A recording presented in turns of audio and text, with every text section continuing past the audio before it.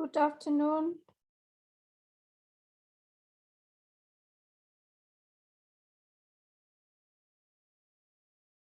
Hello, colleagues. Hello, Prof.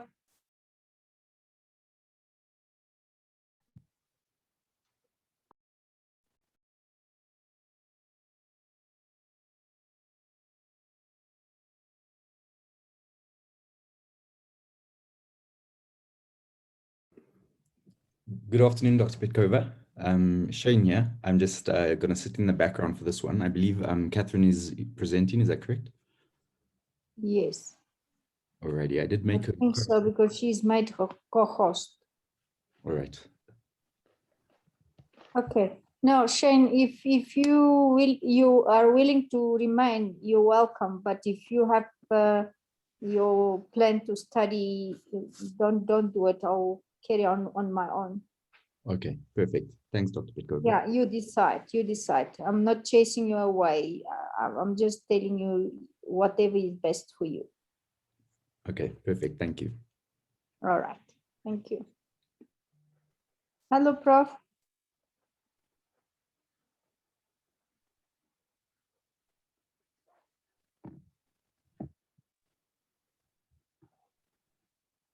Should we start or wait a few more minutes? Catherine?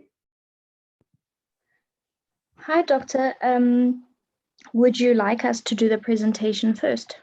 I think let's start with the presentation, because some of the doctors who are on call, they need to go earlier and they can maybe see the presentation, and then maybe we can do the scenarios afterwards. What do you think? Or should we wait a little more minutes to get more people on the board? Maybe just a few more minutes. Few more minutes. Okay, just give me a signal when you're ready to start. So now it's 14:02. Let's wait maybe a few more minutes and we'll start. Okay, sure. Thank you.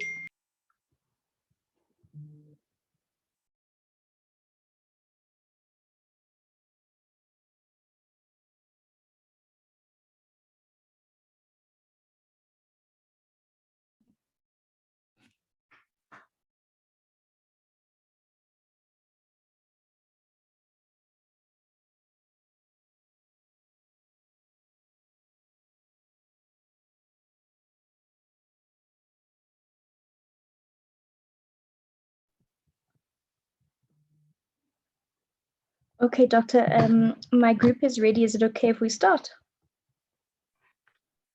Yes, please. Okay.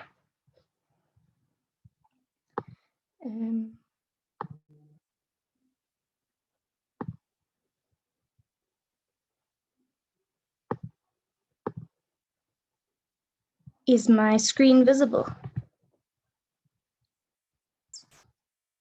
Yes, visible, yes. Okay, thank you. So today we are presenting a short case on local anesthetic, which is quite commonly used in primary healthcare. The presentation was done by myself, Catherine, by Sarah Lee and Dr. Benjamin, but unfortunately, Dr. Curtis is on call in the ED, so she won't be with us today. So today we will be discussing the definition of local anesthetic, its mechanism of action, the different types of local anesthetic, the common uses for it, the safe dosages, and its systemic toxicity. So local anesthetics produce reversible anesthesia by inhibiting excitation of nerve endings or by blocking conduction of the peripheral nerves. This includes any technique to induce the absence of sensation in a specific part of the body, generally for the aim of inducing local analgesia, that is, local insensitivity to pain, although other local senses may be affected as well. So the way it works is on our pain receptors. Just a recap about pain receptors. We have nociceptors as our pain receptors. These consist of myelinated alpha fibers and unmyelinated C fibers. As you can see in the diagram below, the myelinated alpha fibers are the blue ones going towards the spinal cord, and the unmyelinated C fibers are the red ones. These all react to stimuli, and this stimuli can potentially lead to tissue damage. So pain would be, superficial pain would be an acute hyperalgesia. This is nociceptive pain or inflammatory pain. There is chronic hyperalgesia, neuropathic pain, but that is not, local anesthetic has no effect on chronic hyperalgesia. In the diagram, you can see the ascending nociceptive pathway and the descending inhibitory pathway as well. So any pain to the skin, muscle, organs, joints will lead up to those fibers going into the spinal cord. So the mechanism of action of local anesthetic is that it reversibly binds to and inactivates sodium channels. As you can see in the bottom, the nociceptors are for the pain receptors. The stimulus goes through the nerve through the sensory neuron to the spinal cord. And on the right, you can see the sodium channel, the local anesthetic reversibly binding there, and the sodium gates will then open. Sodium influx through these channels is necessary for the depolarization of the nerve cell membranes so that the propagation of impulses along the course of the nerve may occur. Therefore, the loss of depolarization results in an inability to capacitate an impulse, which therefore results in the loss of sensation in the area supplied by the nerve. There are differences between local and general anesthetic. Of course, the most common difference is the most prominent difference is that general anesthetic requires intense monitoring of the patient, definitely more dangerous. Another important point to note is that the use in non-cooperative patients is possible with general anesthetic and not really with local. This could be pointed out, for example, in an intoxicated patient. So there are different types of local anesthetic. Local anesthetics can be divided into esters and amides. Amino esters, which include procaine, tetracaine, benzocaine, they contain an ester link between the aromatic portion and the intermediate chain. Amino amides, such as lignocaine and bupivacaine, have an amide link between the aromatic end and the intermediate chain. It's very nitty-gritty details. The most important thing is that lignocaine is an amide, it is intermediate acting, and it is injectable. Something else to note is that amides are not metabolized to para-aminobenzoic acid, which is PABA, which is good as this would really cause an allergic reaction. So there are some examples of other local anesthetic: procaine, tetracaine, bupivacaine, benzocaine. Benzocaine is a surface local anesthetic, unlike the others, which are mainly injectable. Tetracaine and bupivacaine is normally used in epidurals. Lignocaine is normally used for local anesthetic.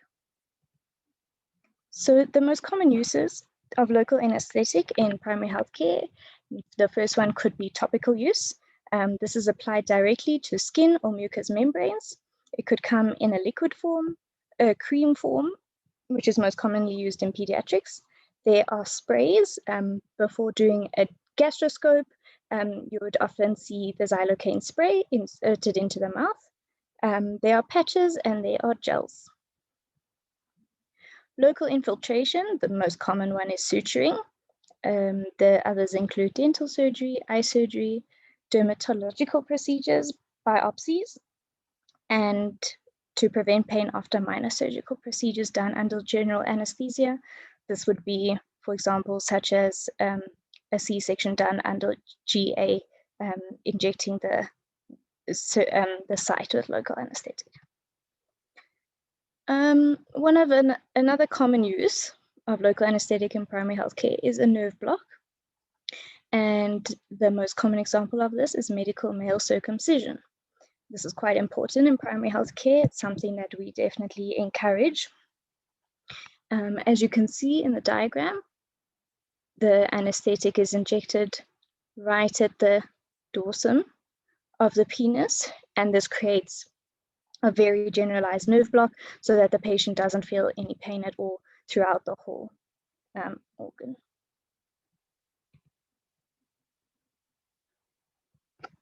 Now we are going to speak about dosages and toxicity.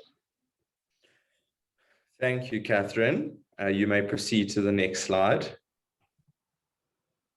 So if we look at safe dosages, the first thing to note, just to be aware of when you're working, is whether it's a 1% or 2% solution. I know usually, we're in rushed environments, but that's very, very important. So if we look at the max dosages, lignocaine without adrenaline is 4 milligrams per kilo, and lignocaine with adrenaline is 7 milligrams per kilo, and then bupivacaine is 2. So yeah, the important thing is just to have these written down, and of course, to use as little as possible, but optimizing pain control. But those are the max doses that you can use.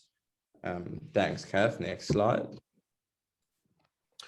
So why is adrenaline used? So it decreases the rate of absorption. So it enhances the amount of drug available for neuronal uptake. It also limits toxic side effects, we know, because adrenaline is a vasoconstrictor. It also prolongs the duration of action, and it decreases surgical bleeding, which is also important. So depending on the site of the laceration or the site of where, especially if there's a laceration and you're concerned about bleeding, lignocaine with adrenaline would be optimal. However, it is contraindicated for nerve blocks in areas that lack collateral blood supply, like the digits, penis, and eyes, and again, because of the vasoconstriction. Intravenous regional anesthesia is also because adrenaline does have systemic effect. And if somebody has got unstable angina, dysrhythmias, or uncontrolled hypertension, you want to avoid adrenaline as well. So those contraindications are quite important to note.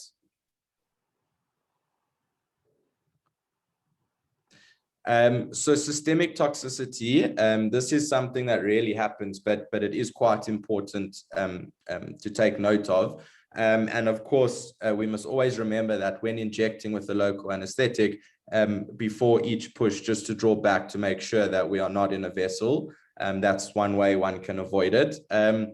So toxic effects can occur in organs with excitable membranes. So there we're looking specifically at the heart and the brain. So CNS toxicity occurs first. So if by mistake, maybe, you thought you were drawing up a 1% solution, but a 2% solution, or you realized you injected in a vessel, or any kind of reason why you would think that the patient, you might have overdosed the patient, you want to be looking out for signs of CNS toxicity first. So CVS toxicity occurs due to slow myocardial conduction and myocardial depression, as well as peripheral vasodilation. And then just to note that CVS toxicity, bupivacaine, can occur at low plasma levels. So that's something also just to note. Okay, so we'll just have a look at what to look out for and what toxicity looks like. So the initial phase in terms of CNS, oral paresthesia and a metallic taste, tinnitus, visual disturbances, confusion, and slurred speech. And that's quite difficult sometimes, because I think from my experience, we know that a lot of the patients we end up giving local anesthetic and suturing could have confusion, slurred speech, and visual disturbances from substances other than the local anesthetic, and then cardiovascular, hypertension, and tachycardia. Then you move on to the excitatory phase, which is muscle twitching and convulsions. And convulsions are generally easier to spot. Myocardial depression, decreased cardiac output, and hypotension in terms of the cardiovascular system. And then finally, in the depressive phase, loss of consciousness, coma, respiratory depression, and apnea. And then in terms of cardiovascular, peripheral vasodilation, severe hypotension, sinus bradycardia, conduction defects, and dysrhythmias. So ideally, you want to identify systemic toxicity in the initial phase, or at least in the excitatory phase, so one can initiate management appropriately. So basic management of systemic toxicity. So once you've diagnosed systemic toxicity, of course, we must always remember, call for help and all of those things, but more specifically, we'll look at how a patient might present and what we can do about it. So firstly, in the hypotensive phase, what you want to do is give a bolus of a crystalloid with sodium bicarb at around 2 millimoles per kilo, and that should restore. You want a MAP above 60. If this fails, one can use adrenaline, and the dosage is there. If the patient is seizing, benzodiazepines must be used. In terms of CNS depression, so that's, when a patient's GCS starts dropping, below 8, you've now got to manage the airway and intubate. If the patient's having dysrhythmias, and of course, if you're at this stage, you want complete monitoring. So that's heart rate. You want to be monitoring the respiratory rate. You want to be doing an ECG. And if you identify any dysrhythmias, sodium bicarb, 2 millimoles per kilo, IV repeated every 1 to 2 minutes to restore perfusing rhythm. Normally, what we see is a ventricular dysrhythmia, and then, of course, just your supportive care. In general, which I touched on earlier, and that's that summarizes in a very high level way your basic management of systemic toxicity. But you want to be doing this in a resuscitative environment, so that's calling for help, bringing on the team, and okay. And then I know we work in resource limited environments, and often we're bombarded with patients, and often the patients we have to suture or administer a local anesthetic are difficult patients. But if we can remember some of these, we can avoid problems. So before proceeding, it's the 7 rights of medication administration. So the right person, ask the patient to confirm their details, and compare this to the patient's wristband or their file, or if they've got a massive laceration on their arm, then it's probably the right person. The right drug. And again, I think the important thing here is to note the percentage, whether it's 1%, 2%, and also to note whether there's adrenaline or no adrenaline, because that will affect your calculations. And then, of course, the right dose, again, taking into account with or without adrenaline, and the percentage, whether it's a 1% or a 2%. The right time, so confirm the appropriate time to be administering the medication. And that's also really important. If you're going to be performing a procedure in 5 hours time, it's probably not the optimal time to give it to a patient 5 hours prior. And again, a caveat here, I'll just add, taking into account with or without adrenaline, will change the time period that you would administer. But as soon as possible is optimal. And then the right route, so check that the planned route is appropriate. And here I'll just add specifically for local anesthetics to be pulling back and making sure that you're not injecting into a vessel. And then right to refuse, ensure that valid consent has been gained prior to medication administration. I've yet to come across a patient who refuses local anesthetic before being sutured or any other SAW procedure, but if that's the case, then that's something you want to look out for. And then right documentation of the prescription and allergy, so just to make sure that they're not allergic. And then once all of the above has been confirmed, you may prepare the medication and administer. Thank you very much.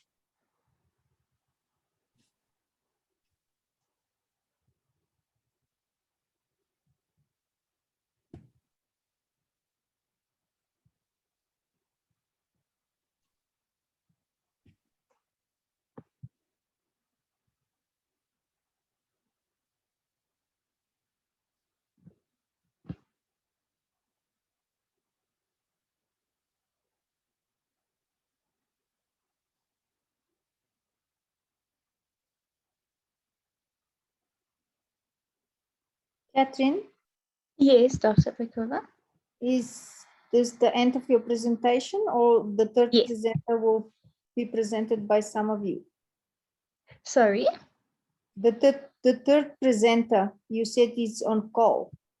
Yes, that's the end of the presentation. Thank you. So that was the end of the presentation. Yes. Okay. All right. Thank you. Lovely. Sure. Any questions or comments?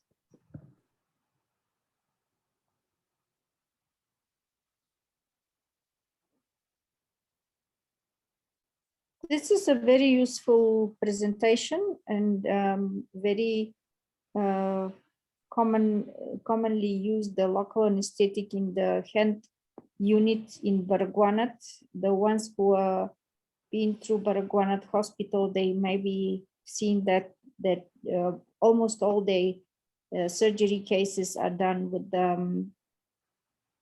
the local anesthetic. Yeah. Any questions or any other comments?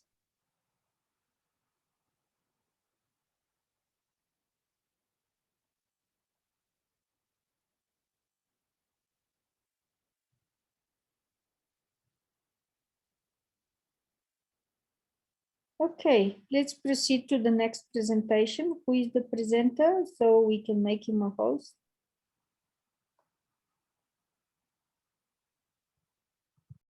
Who is the next presenter? Masuku. Is it Masuku or there is a question? Yes, go ahead. Unmute It's yourself. Masugu. I'm the next presenter. Oh, you are the next presenter. All right, my dear. Yes. I'm going to make you a co-host.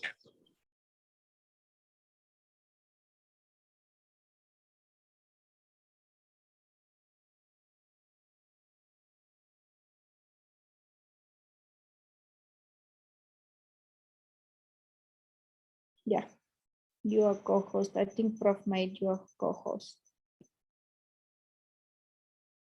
You can go on. Okay, good afternoon, everyone. My name is Bonnie Mtg, and together with Slindo Masugu, we'll be speaking about common ophthalmological conditions that we see in our PHCs. So the different topics that we'll be covering, the subtopics rather, are acute red eye, sudden loss of vision, cataracts, chalazion, as well as the sty. Dr. Masugu, So when it comes to the sorry to interrupt. I think if you rotate your phone, then perhaps it would give us a landscape view of the slide. Okay, I'll do that now.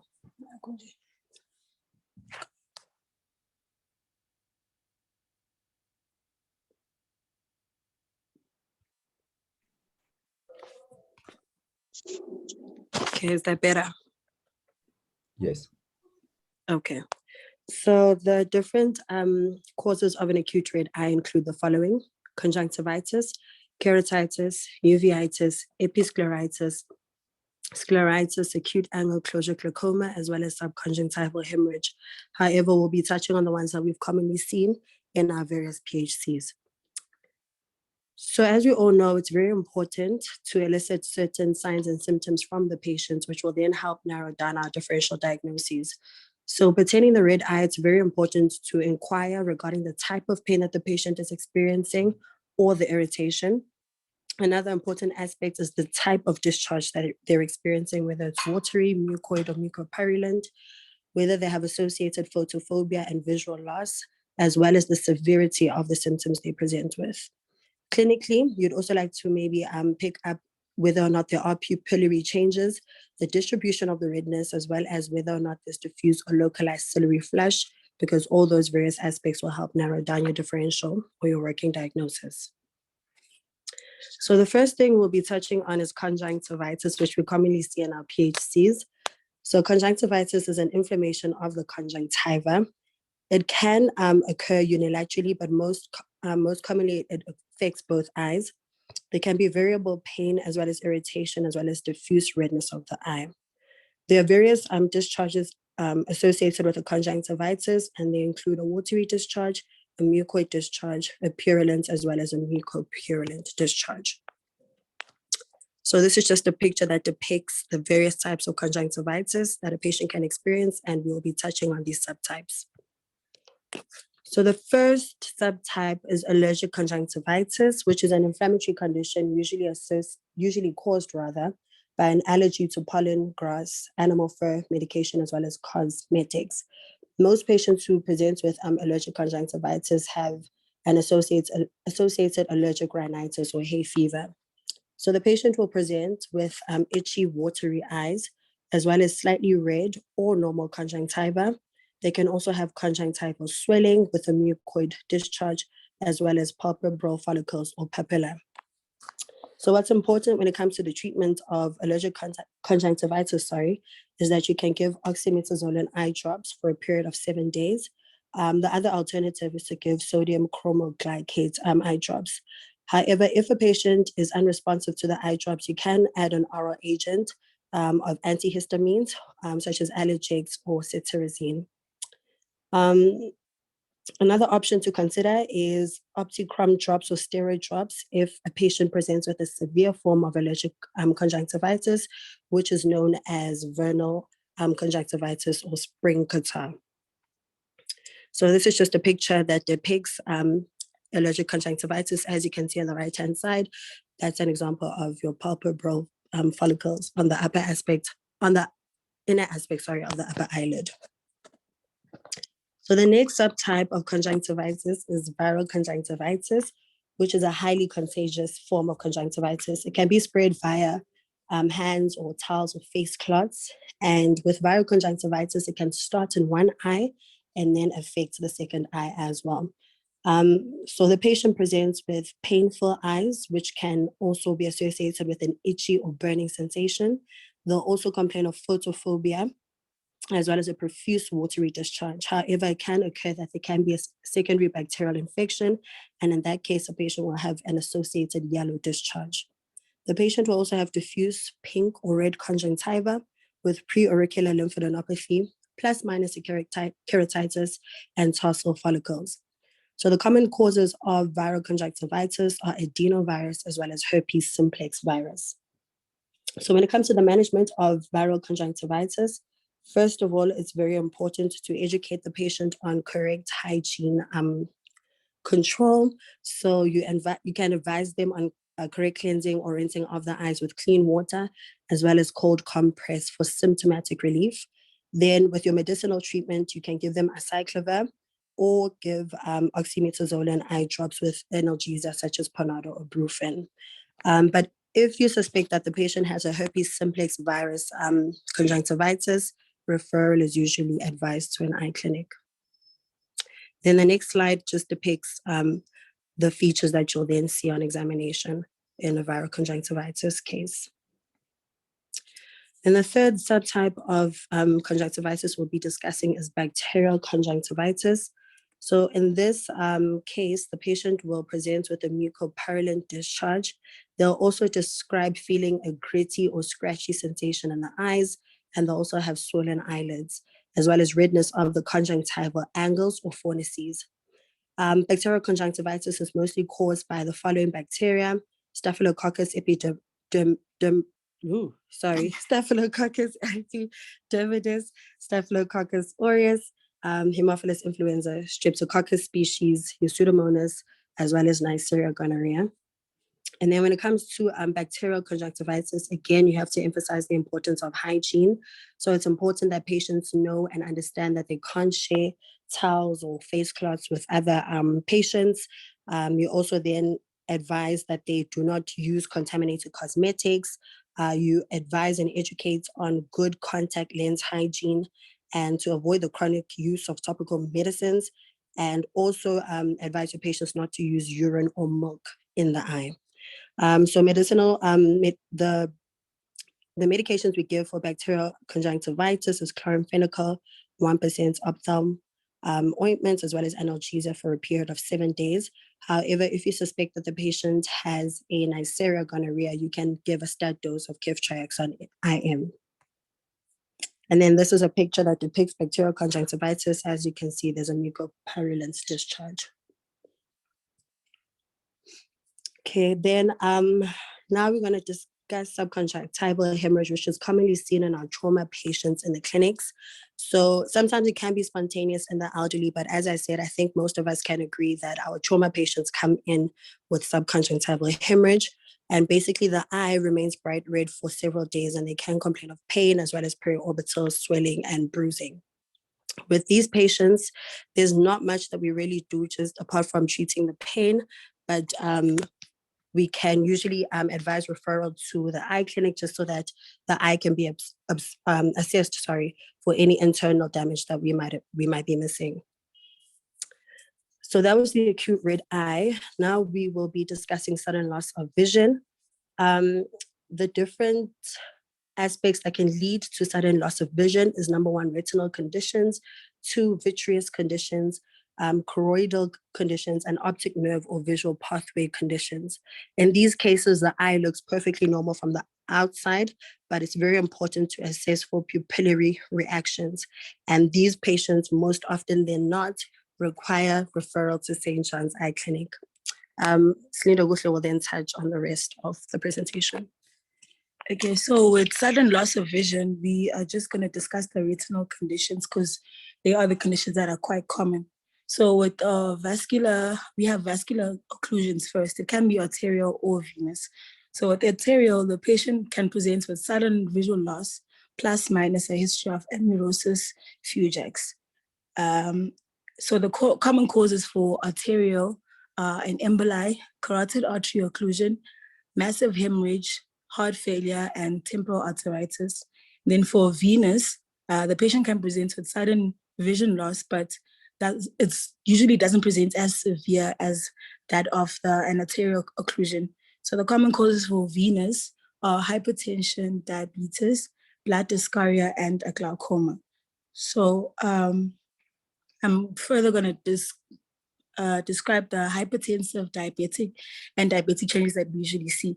So for hypertensive patient that usually presents with loss of vision, you have to do a fundoscopy, and on the fundoscopy, you can see the changes there. So for a hypertensive, usually has grades, it's grade 1 to 4. So in grade 1, you'll see mild generalized retinal arteriolar narrowing. For grade 2, it's definite focal narrowing and arteriovenous nipping. For grade 3, you can see signs of grade 2, plus retinal hemorrhages, exudates, and cotton wool spots. For grade 4, it's the most severe form where you see changes in grade 1, 2, and 3, and you also see papilloedema. So for diabetic retinal changes, it's differentiated into 3 subtypes. So your 1 is your non-proliferative, 2 is pre-proliferative, and 3 is proliferative. So for non-proliferative, you have simple background retinopathy where you see dot blood hemorrhages, hard exudates, microaneurysms, and macular edema. For pre-proliferative, you see soft exudates and intraretinal microvascular abnormalities. For your proliferative, you see neovascularization of the disc. Neovascularization can also be seen elsewhere other than the disc. You see fibrovascular proliferation and vitreous hemorrhage. So these are the changes that you see in diabetic retinopathy. And then we are also going to touch on papilloedema. So papilloedema is defined as swelling of the optic disc due to raised intracranial pressure, which is more than 200 millimeters of water. So it's commonly bilateral, but it can be unilateral. Your symptoms are visual loss, but then they say that visual loss is usually rare, and if it's present, it just is present for a few seconds. So patients will complain about minor visual disturbances at first, then later on they have blind spot enlargement and loss of peripheral field vision. So the signs are further differentiated into 2, which is mechanical and vascular. So for your mechanical signs that you see on fundoscopy, you see 1, an elevation of the nerve, 2, loss of the cup, 3, margin of the disc, which becomes obscured, 4 is retinal folds, and 5 is hard exudates. And then for your vascular, you see hyperemia of the disc, engorgement and tortuosity of the veins, cotton wool spots, hemorrhages around the disc, and loss of the vessel as they cross the disc. So we have a lot of causes that lead to papilloedema, one being intracranial space-occupying lesions, tumors, granulomas, cysts, hydrocephalus in adults, meningitis, venous obstruction, venous sinus thrombosis, benign or idiopathic intracranial hypertension. Another thing that we usually see is patients that come in complaining of foreign body in the eye. So we thought that we should touch on that also. So many foreign objects that enter the eye are results of mishaps that occur during everyday activities, such as your eyelashes, dust, dirt, and sand. So foreign bodies that enter the eye at high rates of speed are the ones that usually pose the highest risk of injury to the eye, such as welding, grinding, hammering metal without wearing protective eye gear. So your symptoms are disturbed vision, complaints that the foreign body is in the ear, which may not be visible, pain and lacrimation, and a metallic foreign body that's embedded in the cornea, which may appear as a cloudy spot with a dark speck in the center. So for these patients, the treatment usually starts with general measures. So if the foreign body is not embedded, you can irrigate the eye with clean water or sodium chloride 0.9%. You remove any foreign body on the sclera or conjunctiva with a moist cotton bud. You can also consider an X-ray of the orbits to exclude any intraocular metallic foreign body. You can also consider the use of local anesthetic prior to the removal of foreign body, which is tetracaine 1% eye drops. And then in severe cases, we have to refer patients. So the patients that we usually refer are patients that have an embedded or penetrating foreign body, or where you fail to remove the foreign body, you suspect an intraocular foreign body. So we're also going to discuss cataracts. So cataracts is defined as clouding of the lens, which is mostly age-related. So our older patients usually present with this. So the causes are usually secondary, which is after surgery or with other health problems, can be traumatic, congenital, or can be caused by radiation. Our risk factors will be diabetes, eye surgery, prolonged corticosteroid use, smoking and alcohol, and prolonged exposure to the sun. So your symptoms, your patients will complain with having cloudy or blurred vision, faded colors, glare from headlights or lamps, poor night vision, or double vision. In order to diagnose cataracts, you usually do a visual acuity test. You can do a dilated eye exam and tonometry, and we usually cannot do much at the clinic, so we refer them to the eye clinic. The next is chalazion. So we thought that we should discuss chalazion and stye because most of the time people often fail to differentiate from the two. Chalazion is defined as a slow-growing inflammatory lump that forms due to blockage and swelling of an oil gland in the eyelid. It is generally not an infection, but it starts out very small, red, and non-tender. As a very small, red, non-tender swelling around the eyelid. So characteristics will be a painless lump, tearing and mild irritation, and blurred vision. Usually doesn't require as much medical treatment. It usually goes away within 7 days. So your patients usually just need reassurance. The last topic that we're going to discuss is the stye or dolium. So it's defined as a small, painful lump inside or outside the eyelid. And it's actually an abscess that is filled with pus, and it's commonly caused by a bacterial infection. The symptoms will be, it will be red, hot, and a tender swelling that's usually around the edge of the eyelid. With treatment, it usually heals within a few days without medical treatment, but you can tell patients about home remedies such as cold compresses, and then you can give them antibiotics to reduce bacterial growth, such as sulfacetamide, which is an eye ointment that you apply 3 to 4 hourly a day. So it's very important that we learn how to differentiate between the chalazion and the sty. If a patient says it's painless, then it points towards a chalazion. But then if it's painful, then it usually points towards a sty. Thank you. That is it for today. Thank you, Dr. Masuku. Very good. Any comments or questions?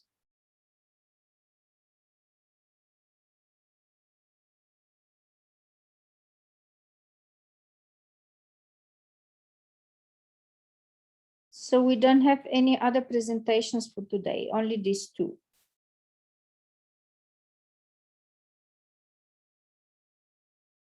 Hello? That's correct, Dr. Petkova. Yes, okay. Maggie, it's Yes. Michelle speaking. Sorry. I was just thinking about those high velocity injuries that you can get in the eye, often from welding and things like that. It's one of the things that you can actually x-ray and just have a look. I don't know if you mentioned that. That was the only thing that was going through my head. Thanks. No, you can mention it. Yeah.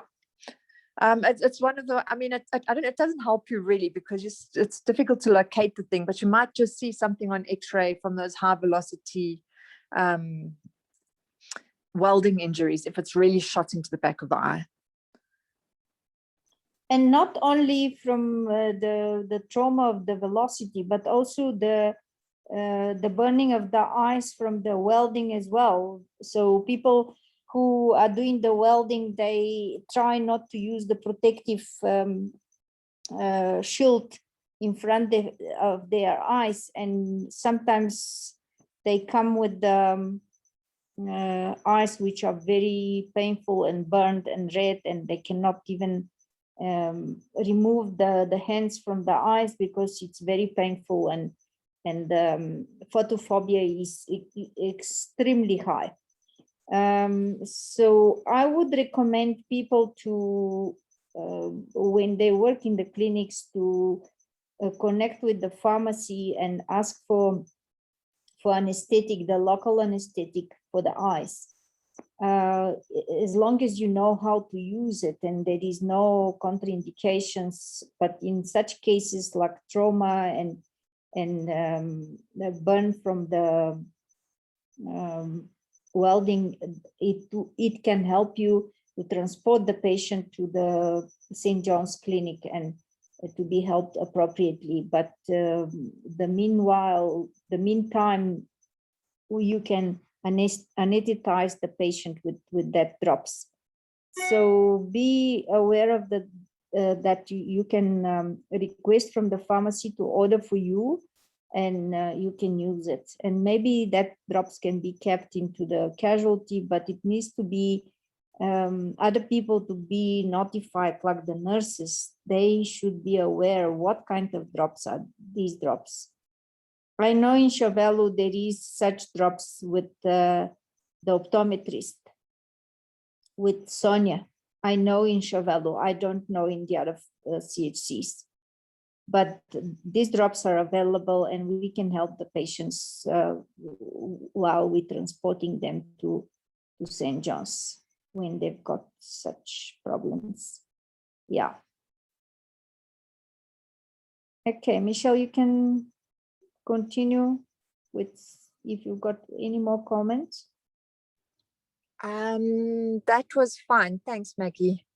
Yeah, the ophthalmoscopes, I know they're not really available, but as you say, with the fluorescein staining and all that, you can use them to pick up certain conditions like those rust rings and everything. So you basically said it. Yeah. All right, the audience is very quiet, and I'm just worried about that people are not active and only maybe listening, or maybe not even listening. I'm not sure. But if we have done with the presentations, we can approach the scenario. Can anyone read the scenario? I've got it also in my mail. People send it through the mail, but Hi, someone. Dr. Petkova. Yes, hi. It's Ingrid speaking. I presented the ENT case from last week, so I don't mind reading the case for this week. All right, please, my dear. All right. Okay, so I'll just start. Let me just open it here. Okay, so our case was a concerned mother brings her 12-year-old son to your consultation room at the local clinic. She reports that for the past 2 days, he has been complaining of a sore throat and is now refusing to eat as the pain is worse on swallowing. There is no history of fever, an associated cough, or vomiting. On examination, his vital signs are largely normal: blood pressure 126/80, heart rate 90. He doesn't have a fever and he's saturating well in room air. However, he's got shotty, tender cervical lymphadenopathy. On ENT exam, he's got normal lips, gums, and fair dentition with normal mouth opening. His pharynx was noted to be erythematous with mild edema of the uvula, but no tonsillar swelling or exudated noted, and the other systems were unremarkable. So our first question was, what is the likely diagnosis in this case? Good. Don't know if anyone Good. else wants to answer. Yes, now the floor is open. If you want us to break out in rooms, we can do that. But it's only maybe we can just keep the floor open. Okay, not do breakout rooms. But I invite people to participate, not just to keep quiet, because that is worrisome. Okay, so the floor is yours and we'll support you in that. Sounds like a pharyngitis.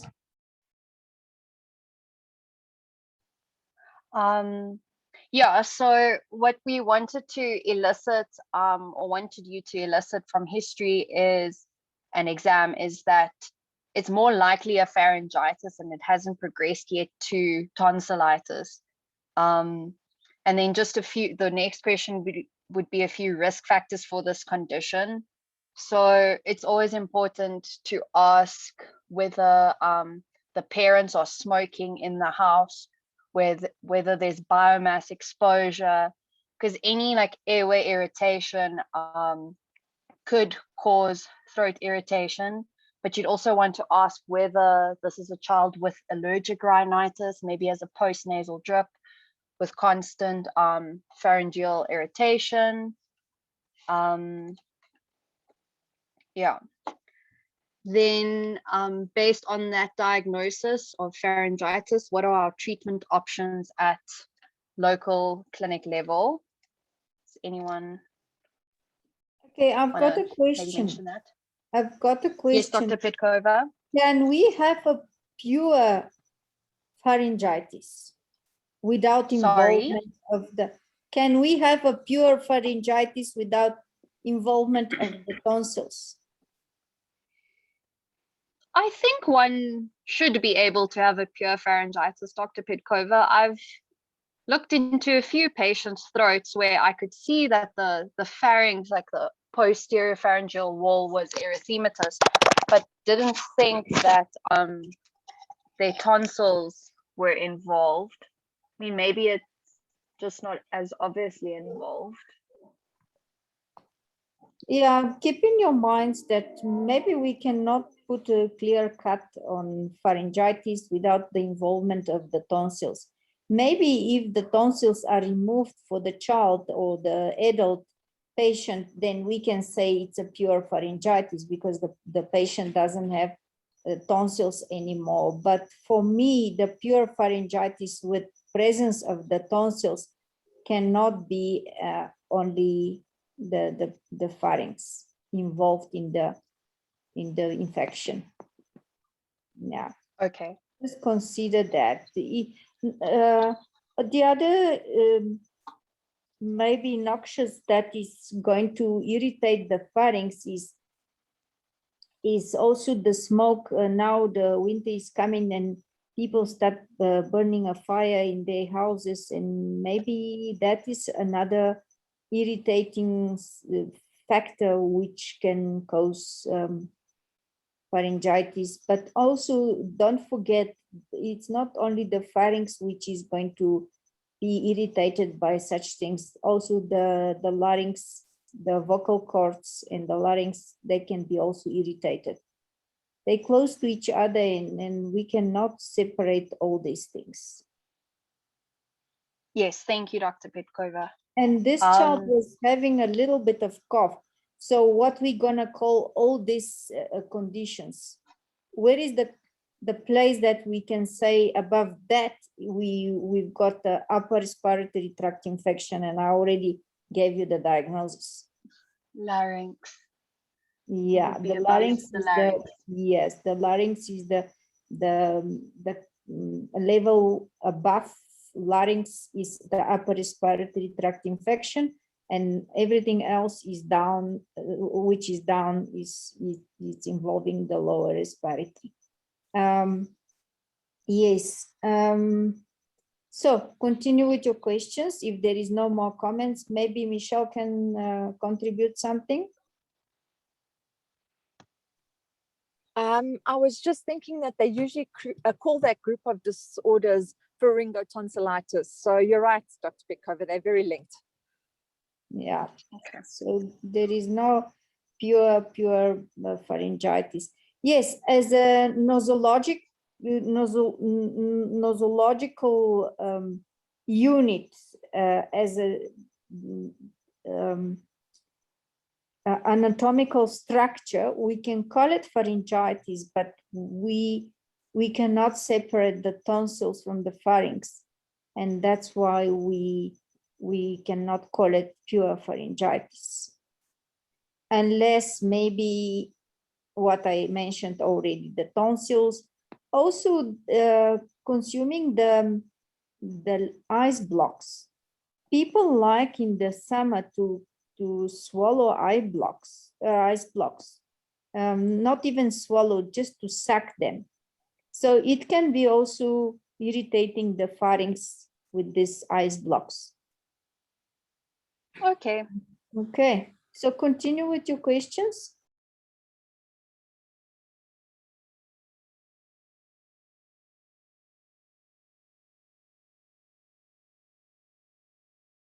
Hi, Ingrid. Oh, sorry, I was speaking, but I didn't unmute myself. Okay, let me just say all of that again.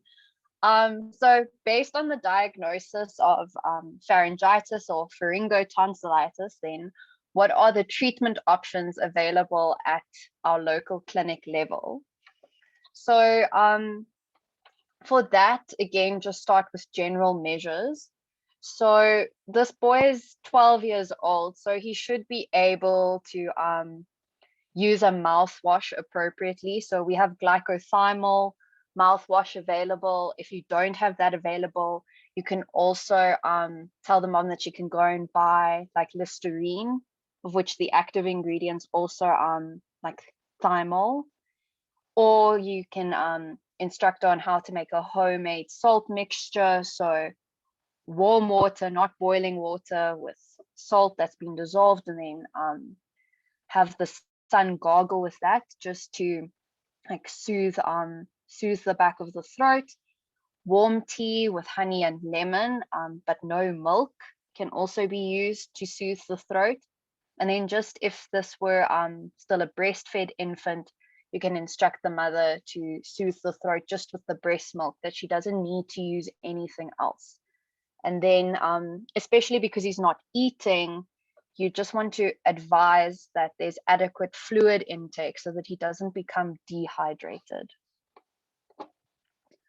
Moving on to pharmacological treatment, you can also provide analgesia. So for a 12-year-old, it might be too painful. I don't want you to tell the people what you're gonna do. I want people to discuss, and we make a discussion, because this session is aiming to do the discussion, not to the presenter of the scenario to tell us.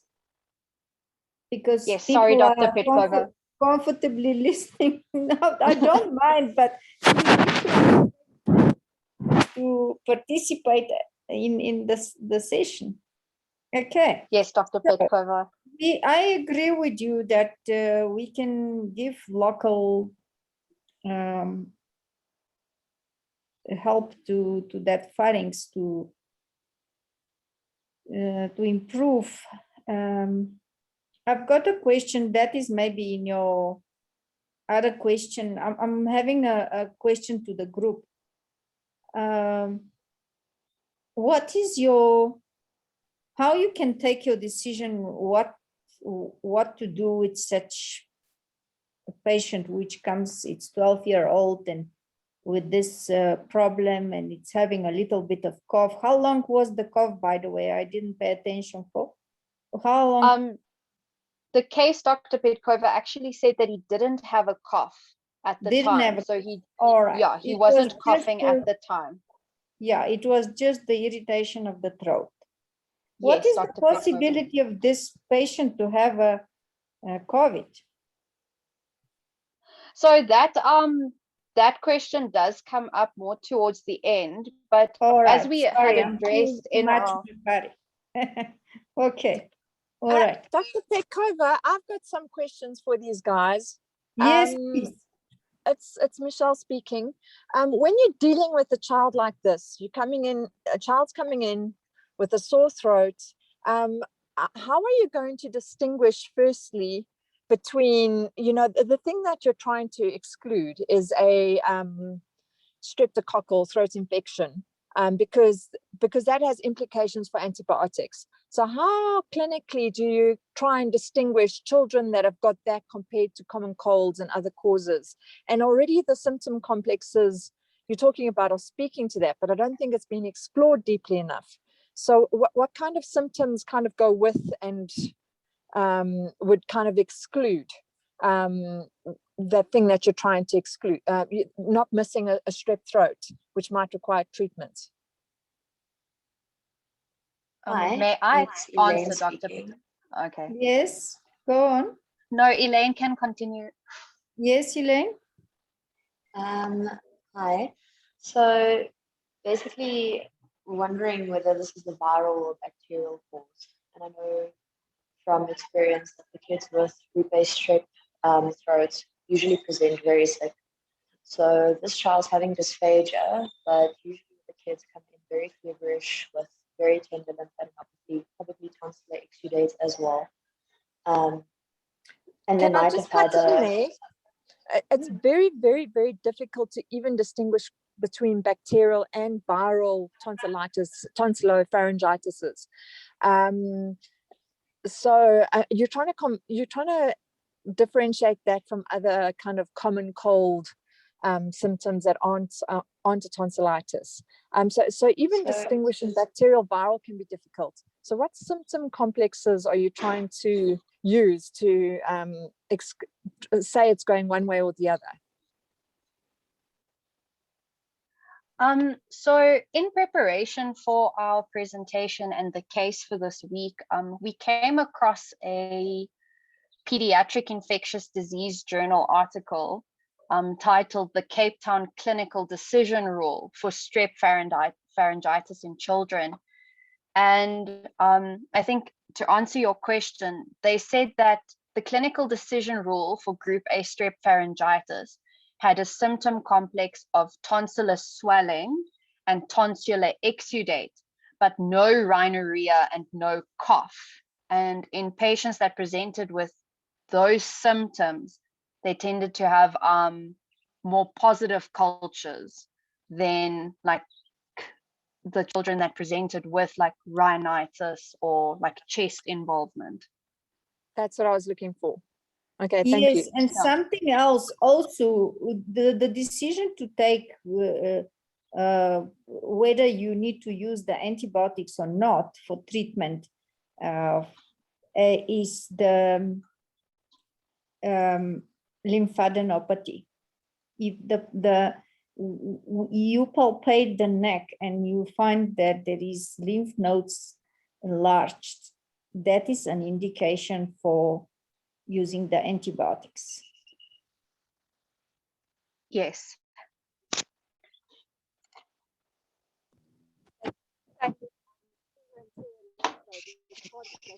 So symptom complex. So Dr. Petkover's right.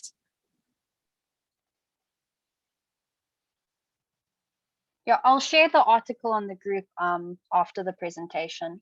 Yes, that will be great. Ingrid, continue with your questions now. Okay, Dr. Petkova. So we spoke about like general measures. Now the scenario continues. 2 days later, after this kid just presented with the sore throat, his mother brings him back. She says he is now crying because his throat's even more painful than before, and he's also complaining of left ear pain. On examination, his voice sounds hoarse compared to what it sounded previously. And you note that during the consultation, he isn't really swallowing his saliva. He's just sitting there with like this open, still mouth. The short T cervical lymphadenopathy is still present. His pharynx is noted to be erythematous, and now both the tonsils are swollen with a whitish exudate noted. There are no other positive findings on exam. So what complication or like what's the new diagnosis, and what condition must this patient be assessed for? So we've kind of already started speaking about like strep throat and strep tonsillitis. I wanted to lead us there and to talk about antibiotics and the criteria of starting antibiotics with this question. But we've already discussed that. Why we are so keen about the strep tonsillitis? So may I answer? Yes, you may. Group A strep is a risk factor, especially in people between the age of 3 and 21 years, to develop acute rheumatic fever, which can then complicate with rheumatic heart disease. So you'd want to identify these patients so that you can treat them timeously so that they don't complicate. That's right. I'll maybe correct a little bit your age group between 3 and 21. For me, more relevant the age group is between 7 and 28. And 7 and 28, okay. Yes, between 7 and 28. So far, I've been working in the government service for 15 years. I have not seen any complication of that because of the era of the antibiotics, and even our PhD nurses are aware of them. Giving the antibiotics to children or to grown-ups, young adults, to give antibiotics for 10 days, give penicillin, and I haven't seen any typical complication of that tonsillitis, which is great because it is damaging the heart in the way that it will stay forever for the rest of their lives. Yeah, interesting enough, Dr. Petkova, yesterday before my shift ended at Lillian, a 12-year-old boy came in and he's known to barocardiology. He presented initially to Lillian in January, following a short admission to some Natal hospital with a cough and like upper respiratory tract infections. And then in January, he was fatigued, lethargic, not eating, losing weight, and the doctor picked up a new cardiac murmur. So when he came yesterday, he had his full echo workup, and he unfortunately was diagnosed with severe mitral regurgitation, which they also said then was secondary to acute rheumatic fever, now complicated by rheumatic heart disease. And that's the first time that I've seen it, because we usually just see it in like the older patients at Barra that have had it for many, many years. Yeah, I'm not saying it's not possible. Probably this child was neglected, or maybe it is exposed to HIV, or maybe it's a HIV child. which was not started treatment on time, and yeah, it might have been any other complicating factors that we are not aware of. And I'm not arguing with you. It can happen, but what I'm saying that when I was a student, the rate of that rheumatic fever, it was just not comparable with this time now. So it's you hardly can see, and plus that child might have had myocarditis. By the way, it's myocarditis is more common in children, in young children, to following viral infection and to damage the heart. So we don't know, was it really a rheumatic fever which was causing that damage of the valves in that child that you saw yesterday, or it was maybe a myocarditis, that the child was having myocarditis, walking and suffering, because children normally that's how they suffer from myocarditis. And as a matter of fact, some children cannot be recognized that they have myocarditis, and playing on the school field or even at home, they can die instantly because the myocarditis was not recognized. So be aware of that. It might have been as a differential, you can put a myocarditis. Okay, thank you very much, Dr. Pitkova. Yeah. Michelle, what you can say? I just I can just ask one more question.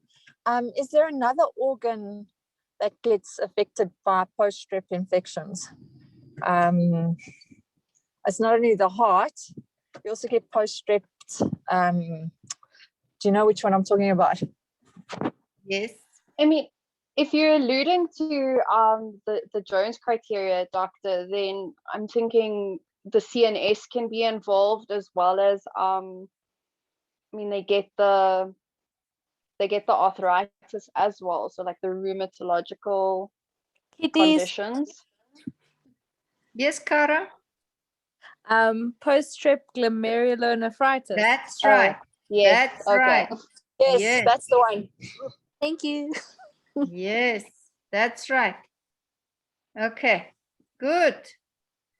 Super. So then be careful with that. Also the central nervous system, what we call that condition when it gets affected? Sydenham's chorea. Yes, that's right. So we've got a major symptoms and we've got a minor symptoms, and they are according to the presentation and the location, we call them differently. Okay. Yeah. Okay. I've seen, by the way, maybe 15 years ago, I've seen a young child, I think she was 15-year-old. She was with chorea. I've seen in Lertonk. Sure. But she's been sick before that with rheumatic fever, and yeah, so she developed that complication. All right, next question. So the next question was, so the scenario continues as the patient makes a full recovery after the course of antibiotics. No further complications are noted. However, his mother requests that his tonsils be removed.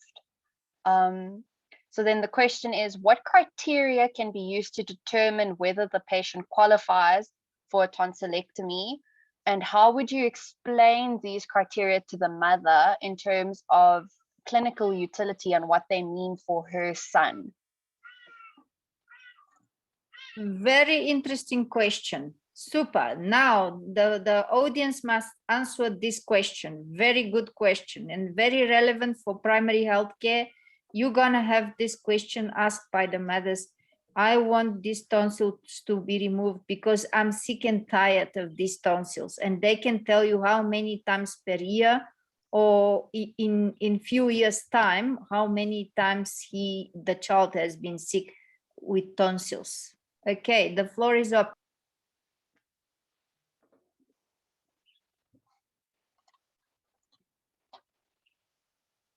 Audience, please. Is the criteria the Paradise criteria? Yes. Do you know the Paradise criteria? So I think you can classify it as the child needs to have a minimum amount of sore throats in a year. So at least from the diagram in your presentation, it was at least 7 in the previous year, or at least 5 in each of the 2 previous years, or at least 3 in each of the 3 previous years. Yeah. Or you can have sore throat with at least one of the following, which was a fever, cervical lymphadenopathy, tonsillar exudates, or culture positive, or group A beta hemolytic strep. Yeah, so the I think that, sorry, the diagram in the presentation might be a bit confusing. I see that now. All 3 of those criteria need to be met. So they need a minimum amount of sore throats in a year. So the 7, the 5, or the Yes. 3. And then a sore throat is classified as a sore throat with one of those symptoms. So it's not just the clinical symptoms features. themselves. Yeah. Yeah. Sorry, I wasn't sure if that was very clear. Yeah. And then for those episodes, they must have had administration of adequate dosing of antibiotics for proven or suspected. So yeah, so I just think if you want to explain this to the mom, tell her that you understand her pain and frustration, and it's distressing to see her child in pain. And I mean, tonsillitis is horrible. I get it often. It's never a nice experience. But a tonsillectomy is not a benign procedure, and the risks associated with it and the recovery time must all be taken into account. You can't just send every child with tonsillitis for a tonsillectomy because he'll miss school. I mean, he's now going to go to grade 7 or grade 8. He's going to not be able to eat. So she needs to understand that it's not just we take out the tonsils and he's fine the next day, that it is actually a major surgery under general anesthesia, and that there will be hospitalization and like a recovery period after the operation.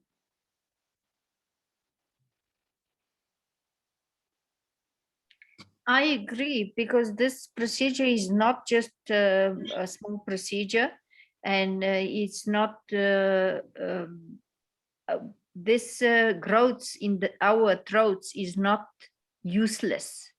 They have a function in our throats, but if the indications are there, we need to consider them. Yeah.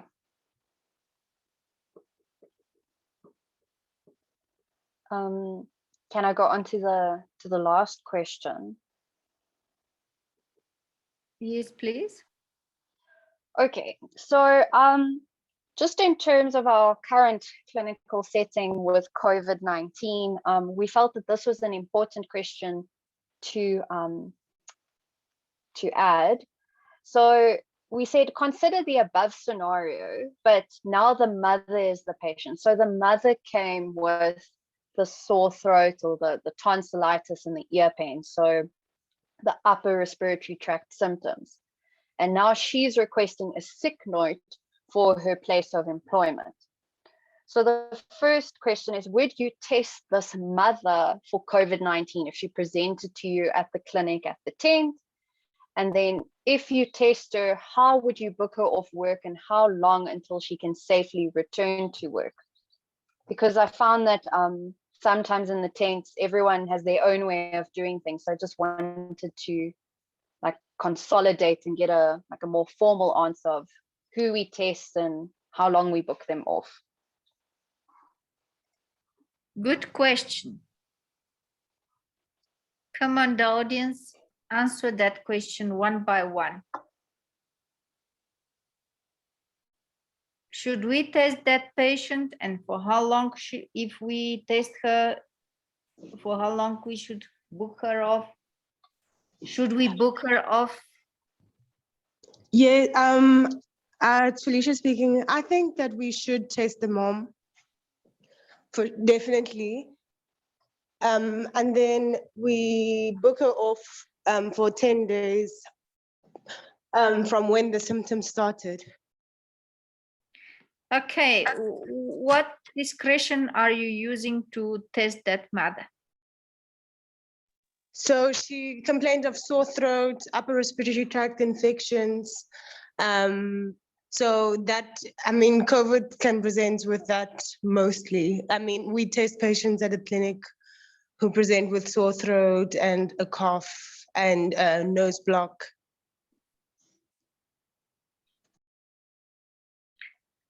Is this symptoms enough to do the test for that patient, the COVID test? I think with relation to what the travel history was, if there were any COVID positive patient, any COVID positive contacts, and then also related to the other symptoms like myalgia, the shortness of breath, headache, fever, etc. If she had any of those other symptoms as well, then we'd test. But I think it would be safer to test this lady. Okay, but does she have any other the symptoms you mentioned, like fever, myalgia, tiredness, and is the Dr. Petkova? Yes. So I agree with Dr. Felicia. According to the NICD COVID-19 case definition, which we included in our presentation, a suspected COVID-19 case is any person presenting with an acute, so less than 14 days, respiratory tract infection or other clinical illness compatible with COVID-19. And then it says symptoms include any of the following, which is then cough, sore throat, which our patient has, shortness of breath, anosmia, or alteration of the taste, the sense of taste, with or without other symptoms. So based on that case definition, I would want to swab this mother. Okay. Sorry, Dr. Petkova, can I just interject? Yes. I'm looking at the guidelines right now, according to the NHLS. And yes, the criteria for persons for a PUI do include all of those symptoms. However, according to guidelines, it says not only do they need the symptoms, they also require in the 14 days prior to the onset of symptoms need to have met at least one of the following epidemiological criteria, which include either one, were in close contact with a confirmed or probable case of SARS-CoV-2 infection, had a history of travel to areas with local transmission, worked in or attended a healthcare facility where patients with SARS-CoV-2 infections were treated, as well as or admitted with severe pneumonia of unknown etiology. Good. That's what so I want. She may fulfill the criteria yes, for the symptoms. However, we don't have the further information regarding the epidemiology and whether or not she fulfills one of those 4 criteria. That's right. That's what I wanted to hear, that we've got the convincing evidence that this patient needs to be swabbed. Okay, because we don't have a full history, but we need to ask the patients all these questions very exhaustively to make a decision whether we swap that patient or not. What is the possibility of this patient to have COVID or not?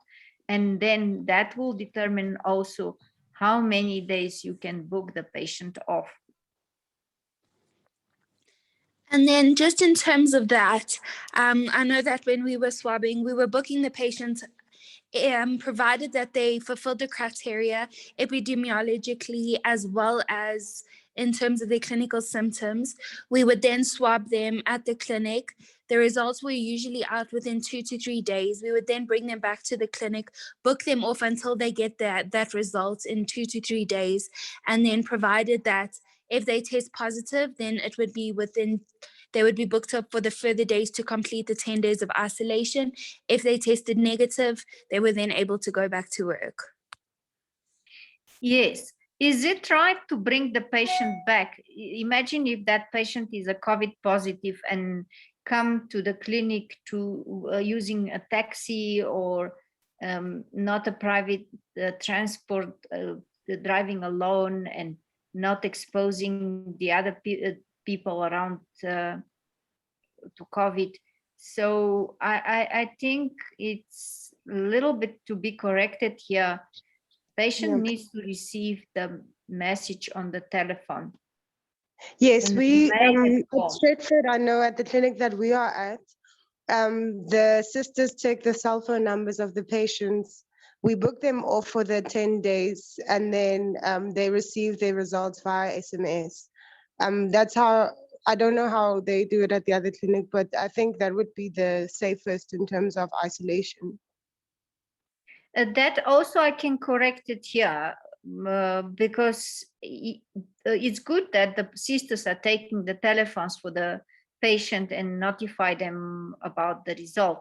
But you don't need to book at the beginning the patient for 10 days. Imagine that result comes back negative.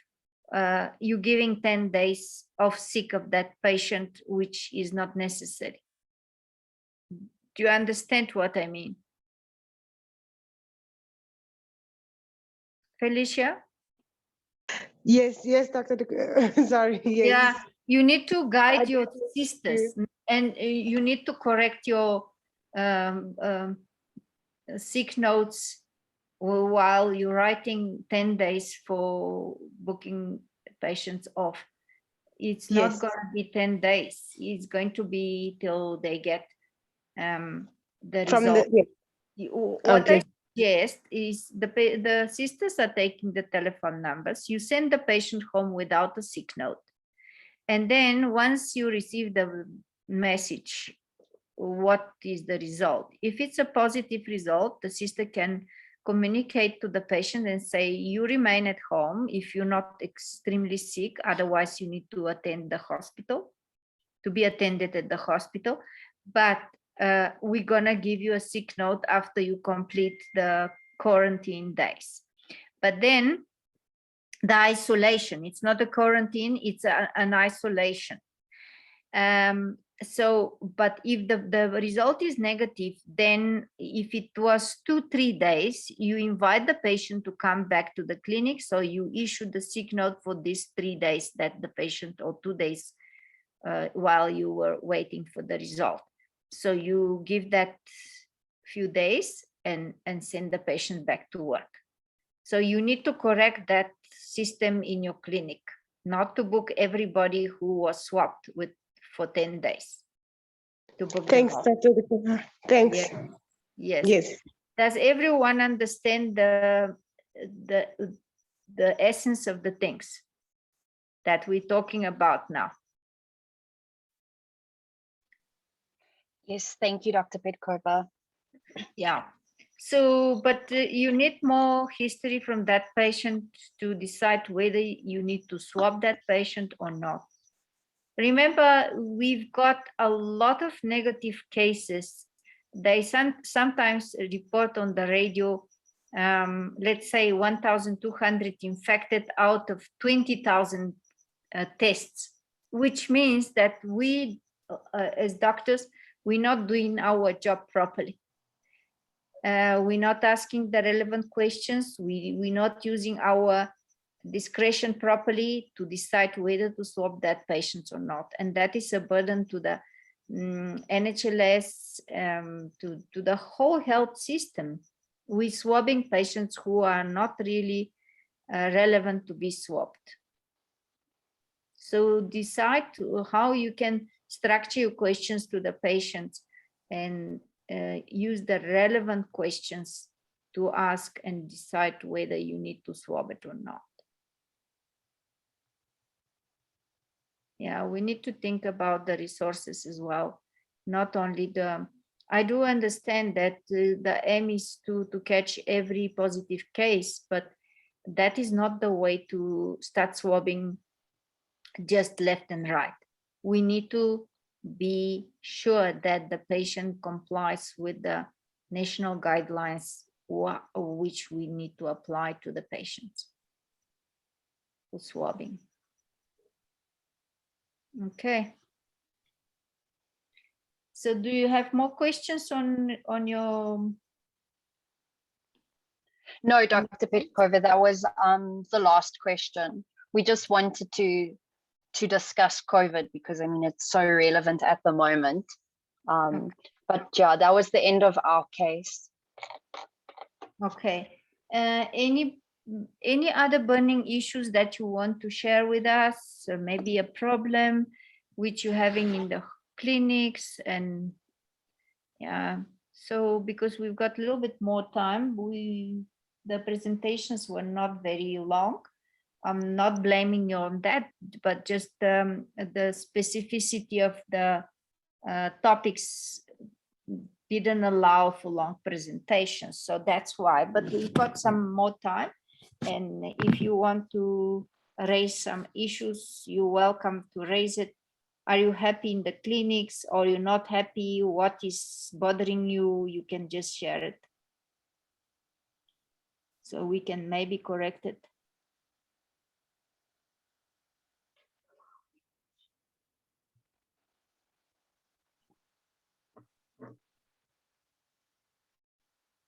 Any issues? I'm not sure if the group from Discoverers joined today. I'm not sure.